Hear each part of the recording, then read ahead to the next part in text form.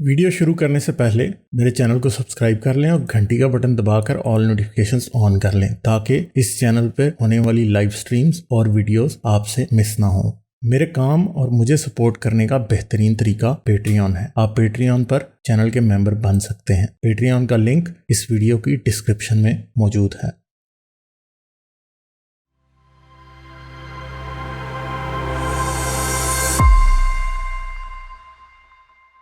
हारिस और गालिब, आपने परवेज हुदबॉय के बारे में आफ्ताब इकबाल के व्यूज वाली क्लिप देखी है? It's really alarming. He basically dismissed his credibility by calling him an atheist on air. Aftab Iqbal जो है एक ग्लोरीफाइड भांड है। मैं भी खैर एक ग्लोरीफाइड भांड ही हूँ। मैंने वो क्लिप देखा नहीं है, मैंने शोशा वो हुआ बड़ी सुनी है, लेकिन मैंने देखा। अच्छा वो भेजिएगा मुझे सर, वो मुझे भेजिएगा। आफ्ताब इकबाल है एक फजूल किस्म का इंटेलेक्चुअल जिसकी ग्लोरिफिकेशन की वजह ही एक कॉमेडी जो हमारा भांडपुना होता है। Nothing against it, I enjoy that very much. लेकिन आफ्ताब इकबाल एक सस्ता मरासियों का इंटेलेक्चुअल है। Let's just say that, and I am not, मैं कोई इतनी इंसल्ट नहीं उनकी कर रहा आफ्ताब इकबाल की, I have learned a lot from him. लेकिन ये वो बंदा है, एक दफा मैंने इसको सुना था, इससे बड़ी बड़ी बोंगियां मारी हुई आफ्ताब इकबाल। वो बैठ जाते हैं ना अपने चौधरी बिठा के इर्द गिर्द लोग तालियां मारने वाले।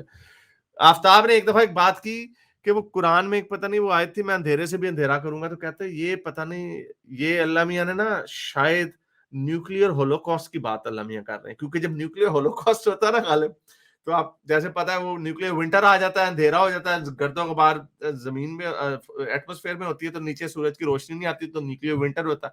तो आफ्ताब इकबाल ने वो अंधेरी रातों से भी अंधेरी रात वाली कुरानी आयत है, उस पे आफ्ताब इकबाल ने कह दिया कि ये न्यूक्लियर विंटर की बात हो रही है। छलांगे मार दी ना कुरान का मगर एक और बात, मैं जरा इनकी इंटेलेक्चुअल एबिलिटी की बात कर रहा हूं, फिर मैं परवेज हुदबा के ऊपर आता हूं। एक इन्होंने ये बोंगी मारी, दूसरी बोंगी इन्होंने अभी ईद पे मारी थी, जो आखिरी ईद उल अजहा गुजरी थी। उन्होंने कहा था मैं तो बकरे खुद काटता हूं। क्यों? वो इसलिए कि अगर आपको कल को किसी का कत्ल करना पड़े तो आपको, आप खून को देख के ना आप फेंट ना हो जाए। वो जो सच वाले ने कुछ इस तरह की बात की थी ना, वो इस जैसे लोगों के ऊपर फिट आती है। वो बड़े मजे से ऐसे बैठा हुआ है आफ्ताब इकबाल, ओह यस, उसमें कौन सी ऐसी बात है, और साथ इर्द गिर्द बैठे हुए वो लोग तालियां, सर वाह भी वाह। तो आफ्ताब इकबाल की इंटेलेक्ट का ये मामला, he might be very intelligent in history and other subjects, लेकिन मसला वही आ जाता है कि जिसके दिमाग में इस्लाम का वायरस हो और वो साइंस से बहुत दूर हो, वो इसी तरह की चवलियां जरूर मारेगा कि अंधेरी रात को न्यूक्लियर विंटर से कंपेयर कर दिया और कुरान की प्रेडिक्शन बता दी। अब आ जाते हैं अपने परवेज हुदबॉय के ऊपर। परवेज हुदबॉय जो आदमी है, वो एक वो वाला साइंसदान, वो इब्तिशाम ने कहा सुई तो इजाद नहीं कर सका भाई, वो न्यूक्लियर फिजिसिस्ट है, न्यूक्लियर फिजिसिस्ट सुई नहीं इजाद करता। वो एमआईटी में, हार्वर्ड में, बॉस्टन यूनिवर्सिटी में वो लेक्चर्स देता है, उसके वो मुंह से लोगों को निकले सिखाता है और उसके स्टूडेंट जाके फिर इजादें करते हैं। एग्जैक्टली हाँ। वो उस्ताद है। इब्तिशाम आदमी रसूलुल्लाह कहने वाले वो लोग हैं, उनकी उसकी दुनिया इज्जत करती है उस तरह के बंदे। वो पाकिस्तान के चंद एक ही ऐसे साइंटिस्ट हैं जो दुनिया में जिनको साइंटिस्ट माना जाता है। परवेज हुदबा वो आदमी, उसने आज तक बोंगी नहीं मारी। आपके लोग जो थे, मुझे पता नहीं आफ्ताब इकबाल उसमें शामिल था यानी, पर होगा। वो जो एक बंदा था जिसने पानी से गाड़ी चला दी थी इवन इस वीडियो में भी ये बात खुद कर रहा है। मैं करता हूँ इस वीडियो की बात, उसने क्या क्या बातें की हैं उसने। और पानी से उसने चला दी गाड़ी, और उसने आपका Abdul Qadeer Khan metallurgist nuclear father जो था, वो भी कह रहा हूँ भी तो इवन उनके बेसिक बंदे को भी पता है कि पानी से गाड़ी नहीं चल सकती। उसके केमिकल कंपोजिशन, उसको जो पानी के एटम को तोड़ने के लिए जो एनर्जी चाहिए, that's more than the energy that will require to propel the car. तो ये इनका हाल है। नहीं, इसका परवेज हुदबॉय एक साइंसदान है। साइंसदान is the modern day intellectual. Philosophy is dead, साइंसदान ही सब कुछ है आजकल के जमाने में। ये मजहबी उलमा शुलमा ये बस आपको पाद के साइज बता दें, ये आपको हूरों के साइज बता देंगे आपको, और दे कांट। और गालिब ये आफ्ताब इकबाल है, ये उनकी लेफ्ट ओवर्स हैं। They have absolutely zero thing to offer. Ghalib, all yours. हाँ, तो इसमें ये पहले ये कहता है कि मुझे डॉक्टर परवेज हुदबॉय का ये पता चला कि वो जो वकार इंजीनियर, आगा वकार इंजीनियर था, उसकी इन्होंने सही तरह से स्क्रूटनी की और उन्होंने कहा कि इसका काम नहीं चलेगा। ठीक है, तो मैं इनकी बड़ी इज्जत करता था, पर मैं तो इन्हें साइंसदान समझता था, मगर बाद में मुझे पता लगा ये एथियस्ट हैं। वो उल्लू के पट्टे, ये तुम्हारा जो रिचर्ड डॉकिंस या स्टीवन हॉकिंग या लेनर्ड सस्किंड, ये सारे के सारे क्या मुसले हैं?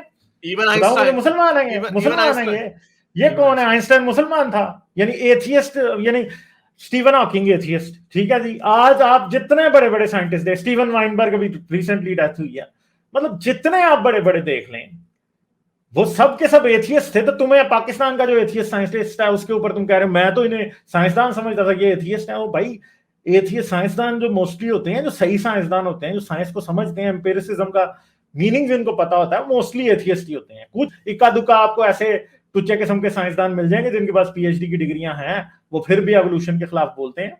डॉक्टर परवेज हूद भाई जो हैं, अगर पाकिस्तान में कोई इंजीनियरिंग की यूनिवर्सिटी है ना, तो उधर भी वो कोर्स जाके पढ़ा सकते हैं, मैकेनिक्स का और इलेक्ट्रोडायनेमिक्स का, कुछ भी वो पढ़ा सकते हैं, न्यूक्लियर फिजिक्स भी पढ़ा सकते हैं वो। सही है। और आप ये कह रहे हैं, वेरी वेरी क्विकली सर, मैं थोड़ा सा इंटरजेक्ट कर दूं, आपने पॉइंट उठाया है, इस पे मैं जनरल पब्लिक 83% गॉड पे बिलीव करते हैं, साइंटिस्ट कम्युनिटी में सिर्फ 33%, और साइंटिस्ट ये इसमें और साइंटिस्ट भी हैं जो कि हार्डकोर फिजिक्स वाले नहीं है। जब फिजिक्स और बायोलॉजिस्ट में जाते हैं, बायोलॉजिस्ट में सबसे ज्यादा डिसबिलीवर्स हैं गॉड के, और 33% है। 18% है who don't believe in God, लेकिन वो स्पिरिचुअल किस्म के, यानी वो उनको एग्नोस्टिक टाइप है वो। और 41% जो है वो किसी पे गॉड पे यकीन नहीं रखते, और 7% भी है वो भी एग्नोस्टिक एथियस्ट, में उन्होंने आंसर नहीं दिया।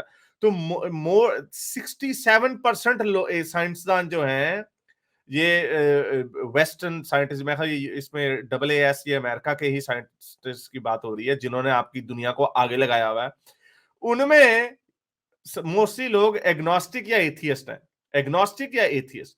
तो ये आफ्ताब इकबाल कहता है जैसे वो, मुझे उसको साइंसदान समझता था तो वो एथियस्ट निकला है, तो साइंसदान तुझे हम इंसान समझते, तू गधा निकल आया, अब यही बात कह सकते हैं और क्या। हाँ, तो भाई बात ये है कि अब चीजें इन्वेंट कौन करते हैं मोस्टली, ये प्रैक्टिकल जो होती है ना साइड होती है, जो अप्लाइड फिजिक्स वाली साइड होती है, वो इंजीनियर्स पढ़ते हैं। ठीक है, थोड़ा सा डिफरेंस बता दूं यहाँ पे, वो पढ़ते हैं, और वो चीजों को जो साइंटिस्ट होते हैं, जैसे डॉक्टर परवेज हूद भाई हैं, वो प्रोफेसर हैं, ये थ्योरेटिकल फिजिसिस्ट होते हैं। थ्योरी क्या चीज है, जैसे आइंस्टाइन की थ्योरी ऑफ जनरल रिलेटिविटी ने दी उन्होंने, तो वो कागज पे ही दी थी ना, तो वो फिर था आर्थर एडिंगटन, वो अप्लाइड फिजिक्स या एक्सपेरिमेंटल फिजिक्स का माहिर था, उसने फिर उसको प्रूव किया। तो ये जो साइंटिस्ट होते हैं बेसिकली, ये जितने भी हैं, डॉक्टर परवेज हूद भाई या इनकी तरह के और लोग, ये मैथमेटिक्स के जबरदस्त एक्सपर्ट होते हैं। ठीक है, ये थ्योरी ऑफ जनरल रिलेटिविटी की इक्वेशंस को सॉल्व करते हैं, क्वांटम मैकेनिक्स को सॉल्व करते हैं, ये ऑब्जर्वेशनल एविडेंस भी ये हासिल करते हैं। आपको ये बात बता दूं कि जो लोग सर्न या लार्ज हेड्रॉन कोलाइडर में काम करते हैं, वो चीजें इजाद नहीं करते।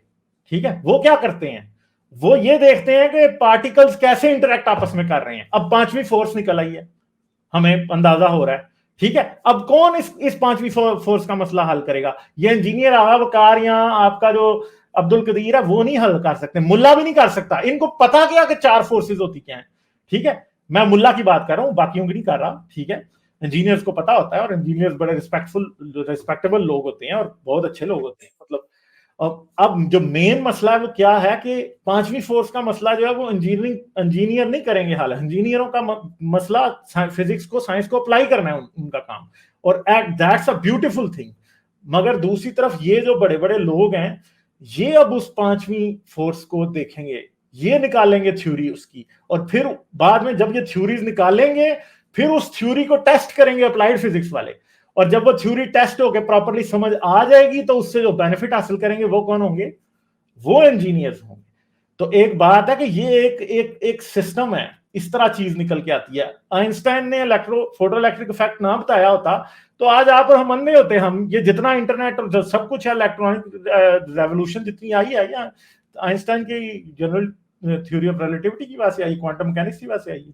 तो उन्होंने जो थ्योरीज दी थी, उनका मतलब होता है लोगों को समझ आए कि नेचर काम कैसे करती है।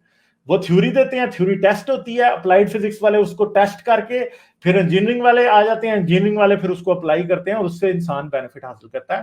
तो ये लोगों को ये पता नहीं है कि सबसे जो की रोल है, यानी इन तीनों में से किसी का भी रोल कम नहीं है दूसरे से, मगर बहुत की रोल है परवेज हुद भाई जैसे साइंटिस्ट का, ठीक है, ये आइंस्टाइन जैसे साइंटिस्ट का, स्टीवन हॉकिंग, जो थ्योराइज करते हैं कि ये नेचर की जो फोर्सेस हैं कैसे इंटरेक्ट करती हैं और इन्हें कैसे मैनिपुलेट करके हम कुछ कर सकते हैं, ये वहां से आता है सारा कुछ। तो इसको क्या पता बंदर के हाथ बंदूक आ गई है, उसको क्या पता कि असल में बात क्या हो रही है। बस उसको माइक मिला हुआ है, टीवी चैनल मिला है, बस बंदर के हाथ बंदूक आई, ना उसे कुछ पता है ना पता है उसको साइंस का एस भी नहीं पता। हाँ। और वो और बड़ी अच्छी आपने बात की कि उसने कोई इजाद, आइंस्टाइन ने कोई मशीन नहीं बनाई, he was not an inventor, वो उसको इन्वेंटर कहते हैं। जैसे इलॉन मस्क जो है वो पीएचडी नहीं है, बट ही इज अ मोर और less N inventor. Steve jobs जो है पीएचडी नहीं था, ही इज एन इन्वेंटर।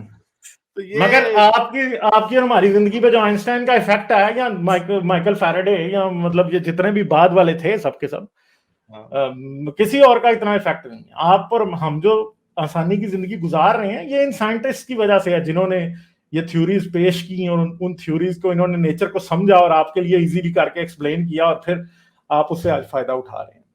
ठीक और है? इसके ऊपर एक और बात जो मैं जी इसके ऊपर एक और बात मैं ऐड करता हूँ कि पहली बात ये है कि परवेज हुद बॉय एक जो भी साइंसदान है, इंटेलेक्चुअल, उन्होंने आज तक कभी अपने मुंह से अपने आप को एथियस्ट नहीं बोला।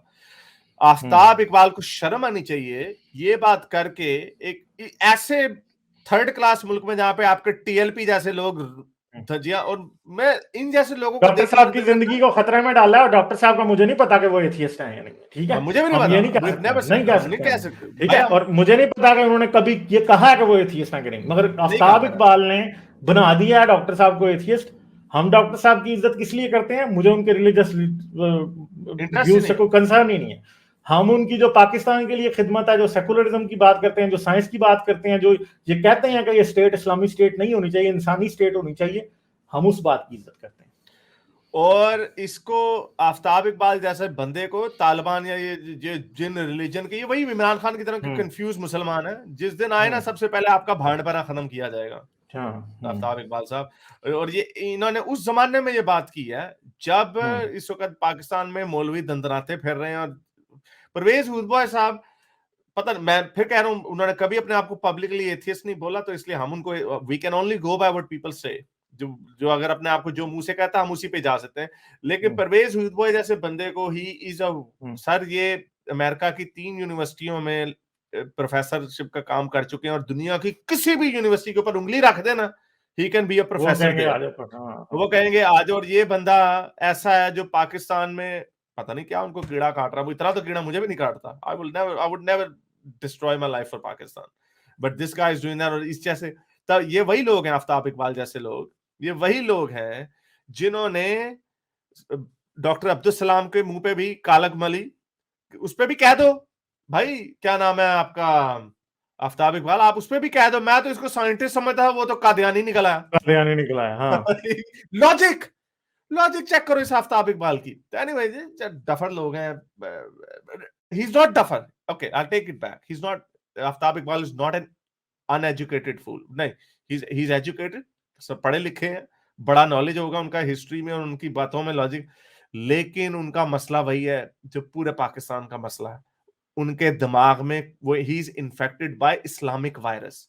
जब आपका बिलीफ ये होता है ना कि ये this is the truest religion, तो बाय डिफॉल्ट जो उसके अगेंस्ट है वो तो फिर बेवकूफी होगा। बाय हिज लॉजिक, आइंस्टाइन को मैं साइंसदान समझता था, वो तो डीइस्ट निकला। स्टीवन हॉकिंग को मैं साइंसदान समझता था, वो तो एथियस्ट निकला। By his logic none of these people are scientist sir. Anyway, तो ये दिस इज इनफ ऑन चवली of Aftab Iqbal. I haven't watched the video sir, मुझे भेजिएगा वैसे ये। हाँ, वो मैं भेज देता हूँ आपको। अच्छा, जाने से पहले मेरे चैनल को सब्सक्राइब कर लें और घंटी का बटन दबाकर ऑल नोटिफिकेशंस ऑन कर लें, ताकि इस चैनल पे होने वाली लाइव स्ट्रीम्स और वीडियोस आपसे मिस ना हो। मेरे काम और मुझे सपोर्ट करने का बेहतरीन तरीका पेट्रियन है। आप पेट्रियन पर चैनल के मेंबर बन सकते हैं। पेट्रियन का लिंक इस वीडियो की डिस्क्रिप्शन में मौजूद है।